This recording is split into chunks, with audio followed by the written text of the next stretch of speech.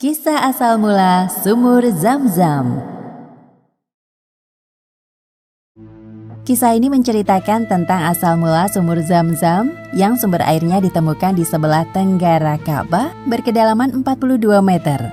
Di balik kisah ini terdapat perjuangan seorang ibu demi mendapatkan rezeki bagi putranya yang sedang kehausan.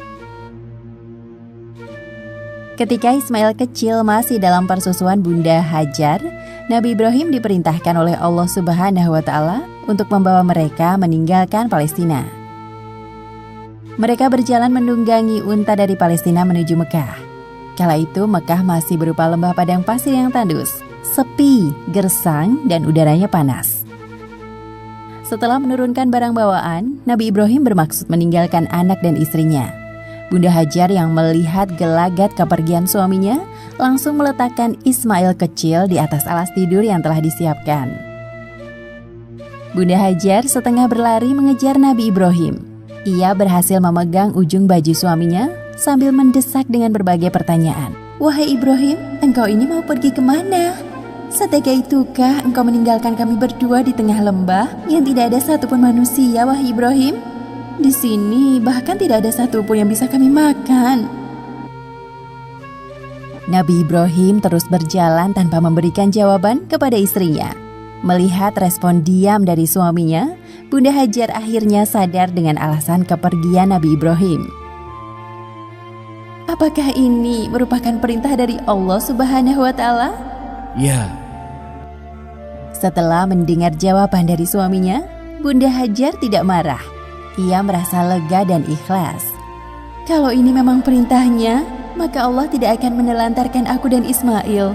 Pergilah wahai suamiku, laksanakan perintahnya."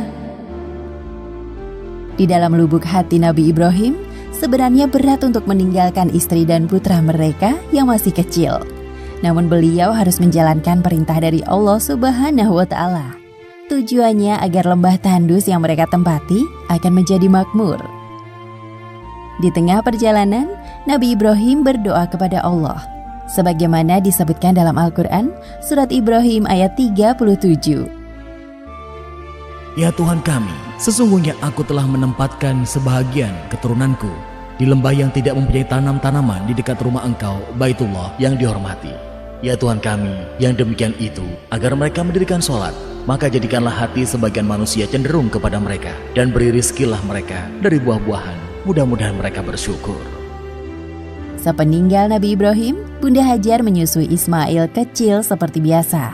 Di hari berikutnya, mereka mulai kehabisan bahan makanan. Dilihatnya wajah Ismail kecil yang mulai menangis karena kehausan. Namun ASI Bunda Hajar tak kunjung keluar. Ismail mulai menangis.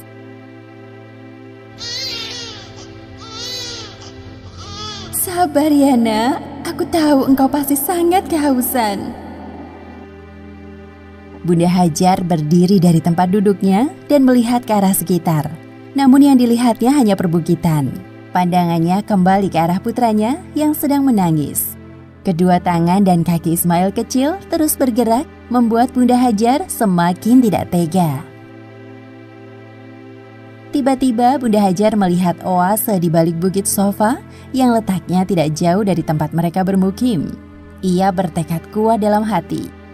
"Demi putraku, aku harus bergerak naik ke atas bukit untuk mendapatkan air." Ketika sampai di atas bukit Sofa, ternyata yang dilihatnya hanya Fata Morgana. Tiba-tiba pandangan Bunda Hajar tertuju ke arah Bukit Marwah. Ia pun menyemangati dirinya sendiri. "Sepertinya ada oase di balik bukit itu. Aku harus segera turun dari bukit ini." Sambil berlari-lari kecil, Bunda Hajar turun dan naik ke atas Bukit Marwah. Sesampainya di sana, ternyata tidak ada oase. Tanpa sedikit pun mengeluh, Bunda Hajar kembali turun dan naik ke Bukit Sofa karena melihat ada oase di sana. Aktivitas ini dilakukan Bunda Hajar sebanyak 7 kali bolak-balik, dimulai dari Bukit Sofa dan berakhir di Bukit Marwah. Sementara itu, Ismail kecil terus menggerak-gerakan kedua tangannya. Ia juga menghentak-hentakan kedua kakinya ke tanah. Agaknya ia sangat kehausan. Tepat saat Bunda Hajar berada di atas Bukit Marwah, yaitu di putaran ke-7, suara tangis Ismail semakin kencang.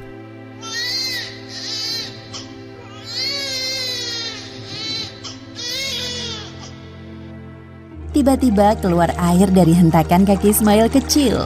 Bunda Hajar yang melihat ada pancaran air muncul di dekat putranya, bergegas turun bukit dan menghampirinya. Bunda Hajar takjub dengan air yang melimpah di hadapannya. Ia terus berkata, "Zam, Zam, kumpul, jangan berhenti, kumpul, jangan berhenti." Kata Zam-Zam artinya banyak atau melimpah ruah. Sejak saat itu, air yang muncul dari hentakan kaki Ismail kecil disebut air Zam-Zam. Sumber air yang melimpah ini kemudian menjadi sumur Zam-Zam yang tidak pernah kering sampai sekarang. Setelah peristiwa ini, orang-orang dari kabilah Jurhum melihat sekelompok burung sedang berputar-putar di lembah Mekah. Mereka berpikir bahwa itulah pertanda ada air di sana. Ternyata benar, mereka lalu turun ke lembah Mekah dan meminta izin kepada Bunda Hajar untuk menikmati air Zam-Zam. Kalian boleh mengambil air ini sebanyak yang kalian butuh, namun kalian tidak bisa memilikinya karena air ini milik Allah Subhanahu wa Ta'ala.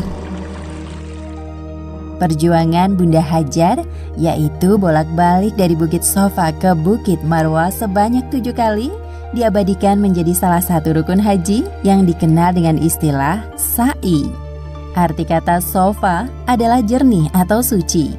Diibaratkan seperti Bunda Hajar yang selalu berhusnuzon kepada Allah, sedangkan Marwah diartikan sebagai harapan kuat yang ingin diraih. Begitulah penamaan kedua bukit tersebut. Demikianlah kisah dibalik asal mula sumur Zam-Zam. Hikmah yang dapat kita ambil dari kisah ini adalah jangan menyerah meskipun dalam situasi sulit, karena Allah Subhanahu wa Ta'ala akan menolong orang-orang yang memiliki niat baik seperti yang dicontohkan oleh Bunda Hajar. Wallahu a'lam bishawab.